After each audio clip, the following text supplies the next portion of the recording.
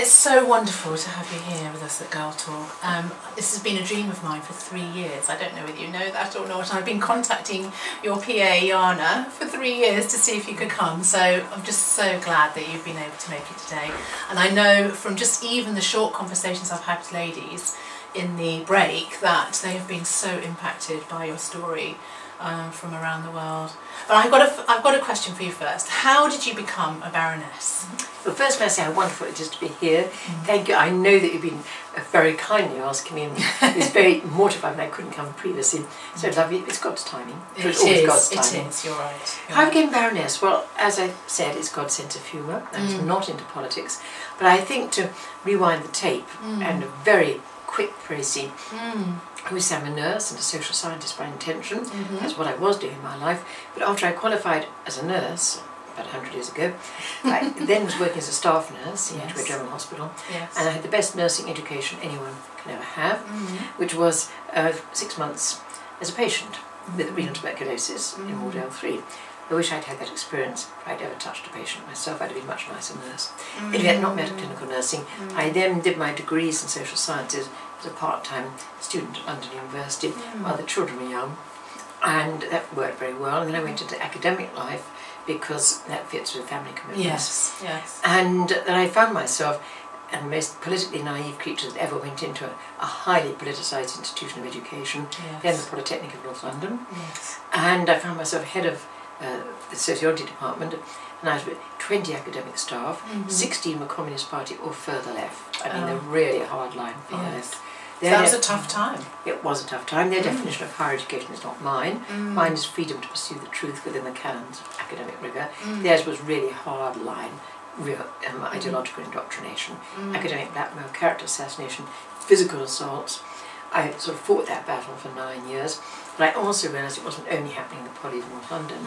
It was happening throughout much we might call the soft underbelly of higher education, social sciences, social work training, teacher training, media studies, etc. And so I thought this was a serious matter. So with 2 other colleagues who didn't come from the epicentre of violence in sociology, they came from relatively sane departments such as physics, and they wrote a book with a pretty forthright title, The Rape of Reason, The Corruption of the Polytechnic of North London. On the front was a picture of one of the violent occupations. And I was quite nervous because you don't write and run. I was going back to face the music. But the day before the book was due to be published, one of the very famous columnists at that time, Bernard Levin, and he had 3 articles every week in the Times, which was amazing. I was just getting the kids ready for school, the day before the book was due to be published, and the phone went, and it was Bernard Levin. I never met him. He said, I've just read your book. I think it's the most important book for the future of democracy I've read for the last 10 years. I'm going to cover it in tomorrow's Times. Wow. Fantastic article, strapline at the top in all its brutality, the making of an intellectual concentration camp. And at the end he said, because I think this is such an important book for future democracy, I'm going to devote my remaining 2 articles this week to discussing it. So he gave us a trilogy, which he'd only ever done before for Solzhenitsyn, Mozart. So we're in good company. That got the book known, the message known, me known, why I think I was appointed to the House of Lords. Yes, well that changed everything for you, didn't it, that book? Yes, it was an open door. So Margaret Thatcher obviously read it herself as well? Yes, she had read it. I mean, she was a voracious reader. Yes. I remember on conference she spoke, and I didn't know she'd read the book, but she stood up, she said, everyone must read this book, and she gave the most brilliant summary of what it was all about and its deeper implications I've ever heard from anyone. Wow. And that opened the door into the House of Lords. That was so that was a bit of a shock? A complete shock. Yes. And what world has it opened up to you? What I know you're a voice for the voiceless is a very, very key phrase that kind of characterises your life. But the doors of government opened, and how has God used you in that? Well, I think once you're in one of the Houses of British Parliament, then of course it is an enormous privilege. I hope one never takes it lightly. But you can speak in the House of Parliament, in the House of Lords, and I think you can use that in a number of ways. When I come back from my visits, being trapped behind closed borders, the forgotten people in the forgotten lands, people suffering persecution, I can speak there. And peers will say, you bring us information, and ministers will say, which we cannot get any other way, partly because I do cross these borders illegally. I go where British ambassadors and often media don't go. So it is a way of being a bridge between the persecuted and the forgotten and marginalised, and people are on the whole inaccessible. Between them and the British Parliament, British government can raise issues in the House of Lords, and of course the government has to respond. So it's a wonderful arena for being that voice, but also it gives access in different ways to other situations, such as work we're currently doing in North Korea. I don't go in there illegally because you can't, it would be counterproductive. But with Lord Alton of Liverpool, who's one of our leading Catholic peers, we've done quite a lot to try and, we say it's better to build bridges than walls. We speak about that this afternoon on the Persecuted Church. But those bridges are not bridges of complicity, but they're bridges where you can raise issues and challenge and criticise with a regime that otherwise we would not be able to access. And being a parliamentarian is wonderful for building bridges, not walls. Yes, and it's taken you into presidents' rooms to be able to put your case for the injustices that go on. Have you found that in these, say, for North Korea? Absolutely. One can come back and be an advocate, but not only an advocate in United Kingdom Parliament, but you can have access to members of Congress in the United States, or I've given evidence in the UN Human Rights Commission in Geneva. That parliamentary huge privilege does give one a lot of access and an arena which one can operate. So it really is God's gift. It is. That's what every time I've read your books, and I felt that it was God's appointment for you. Do you see things changing? What kind of changes have you maybe seen? Or well, we do have a God who has obviously his own timing, and sometimes things happen which you could never have dared to believe or couldn't imagine would happen. Did a lot of work in Poland in the dark days of martial law in Poland in the 80s. Got immensely discouraged, thinking what can ever bring down this evil empire from, as Ronald Reagan, Maggie Thatcher called it. It looked impossible. It looked impossible from East Germany to Vladivostok. Huge and huge horseback armies. And I remember being stuck in a truck in northern Poland taking medical aid in February '89 and feeling really depressed. Actually, just by way of parenthesis, we did get stuck in this truck in February, middle of the night, pitch dark, freezing cold. Truck driver went off to get some help, stuck in this forest, middle of nowhere. And I thought, Caroline Cox, you're extremely bad at obeying that requirement, be still and know that I'm God. I'm very bad at it indeed. Here I was in this truck, pitch dark, freezing cold, on my own, in the middle of the forest. I've got no alternative, so okay, God, I'll try and be still and know that you're God. And the words came, share the darkness. And then I got very depressed, because as I said, I thought, what can ever change a situation? And I knew I was going to suffering people, no food in the shops, no medicine in the hospitals, life expectancy plummeting, infant mortality rocketing, real suffering, people dying in queues. And I was very depressed. It was dark. And then that summer, amazingly and unpredictably, Poland came through into freedom without bloodshed. Went back in August with another truck of medical supplies, because the needs were still legion. And got summoned to the Polish Parliament, and one of the happier days of one's life, when people I'd met in and out of prison, the dissidents and plowed fields away from bugging devices, the dreary tactics of totalitarianism, and there they were democratically elected in their own parliament. And the chairman said, we invite you here, we want to thank you for sharing our darkness. An amazing echo of that dark every night. So sometimes things can happen in ways we can't imagine. We can pray. And when I think of Burma today, or I think of northern Sudan and Khartoum, or the countries where we're working, two lines of a hymn I think are not always inappropriate. Thy kingdom come, O God, thy rule, O Christ, begin. Break with thine iron rod the tyrannies of sin.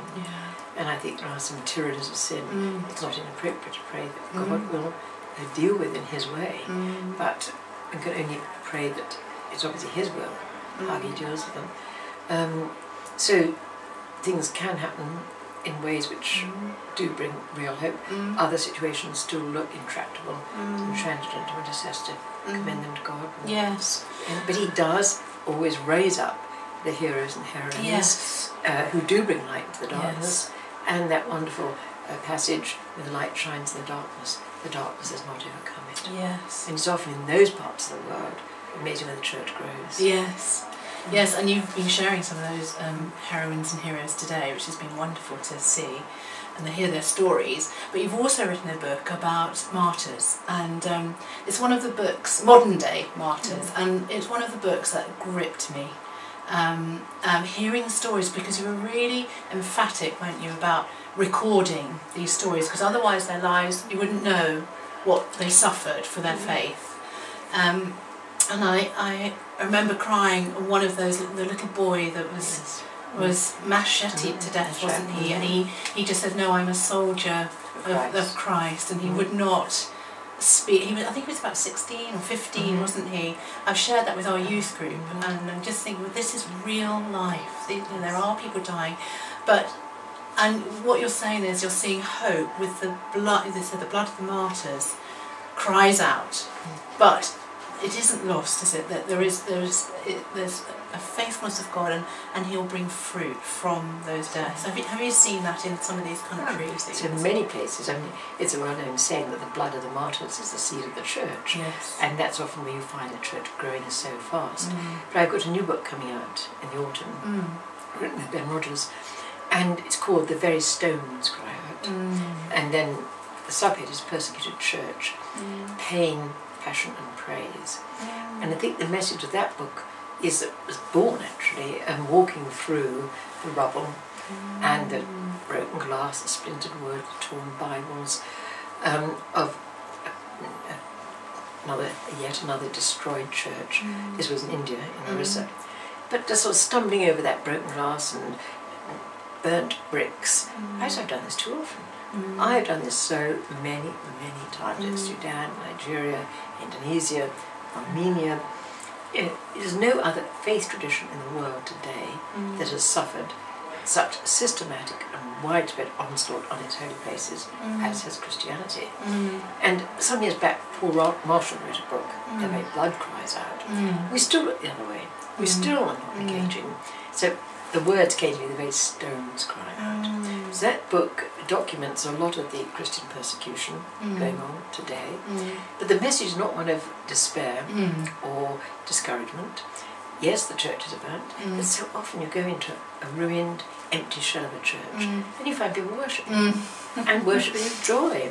And I remember in Nigeria last year, with so many churches have been destroyed, there was this church which was just an empty shell. We went to take photographs, and as we got near, sound of music. And this was a Roman Catholic church, but there were ladies in there having a Bible study. But the message of the church, or the book is, they stones cry, yes, the churches are destroyed, but the church lives. Yes. The church grows. Yes. And most important, we very, very, very rarely get any bitterness. An overwhelming message that comes out of one of love. Isn't that something we can learn from? Absolutely. So the church grows and lives and loves. Isn't that wonderful? In the midst of the ruins. And you'd think that the natural would be bitter and twisted and hateful, but you see love and forgiveness, isn't it? What would be your message to the church today, here in the West?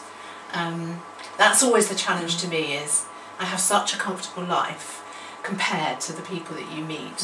What would be your message to the church today in the West? It's a challenge to me too, because I share that comfortable life when I'm back here. 2 words: look out. And 2 meanings.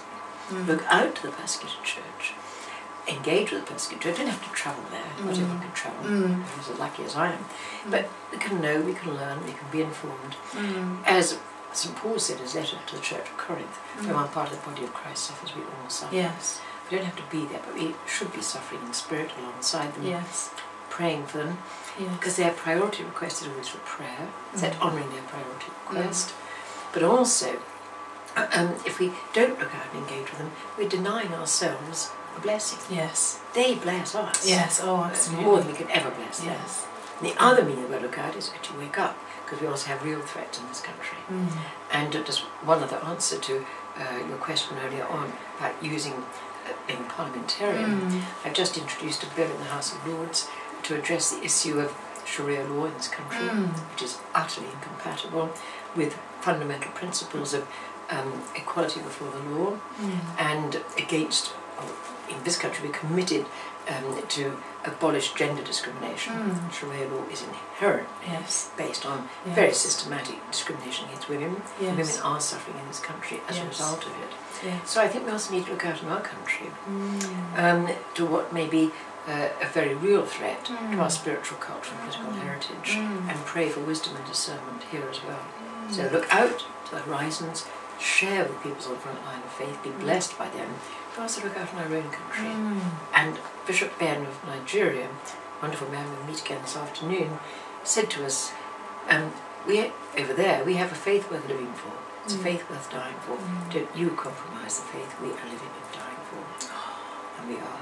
Yes. And we've got to pray for wisdom how not to compromise the faith, how to pass our spiritual heritage on undiminished to our children and grandchildren. That's a challenge that we carry. And I want to say thank you to you today, Caroline, for sharing with us. Thank you. Thank you so much. It's been a joy to be with you.